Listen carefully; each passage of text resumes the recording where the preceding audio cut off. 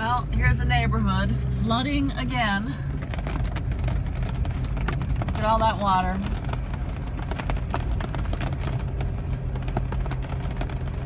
Lovely. I just thank God that we don't get flooded up at the house. Look at all that.